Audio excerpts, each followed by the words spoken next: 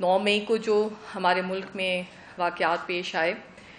میں اس کی مذمت کرتی ہوں اور میں سمجھتی ہوں کہ یہ حالات اور یہ واقعات جو ہیں یہ ملک کی سیاست کے لیے اور ملک کی سالمیت کے لیے اچھے نہیں ہیں، اور ان حالات میں اور اس سینیریو میں میرا سیاست کو کنٹینیو رکھنا ناممکن ہے۔ میں نے ہمیشہ بہت صاف ستھری پالیٹکس، تشدد سے پاک سیاست کی ہے، اور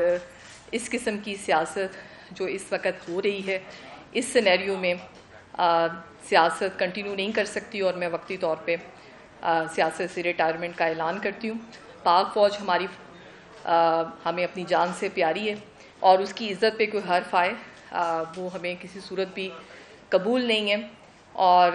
میں سمجھتی ہوں کہ پاکستان کی سالمیت اور استحکام جو ہے وہ پاکستانی فوج کی وجہ سے ہے۔ ہمارے شہداء کی بہت قربانیاں ہیں، اور ہمارے شہداء کی قربانیوں کی وجہ سے ہی یہ ملک جو ہے وہ قائم ہے، اور میں آج اپنی پاک افواج کے ساتھ کھڑی ہوں۔ میں سمجھتی ہوں کہ 9 تاریخ کو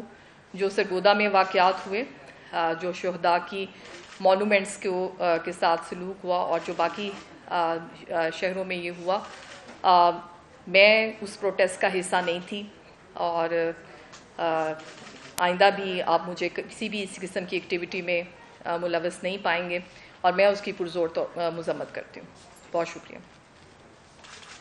سوال جی ناصر بھائی۔ میڈم شکریہ، یہ بتائیے کہ آپ جیسے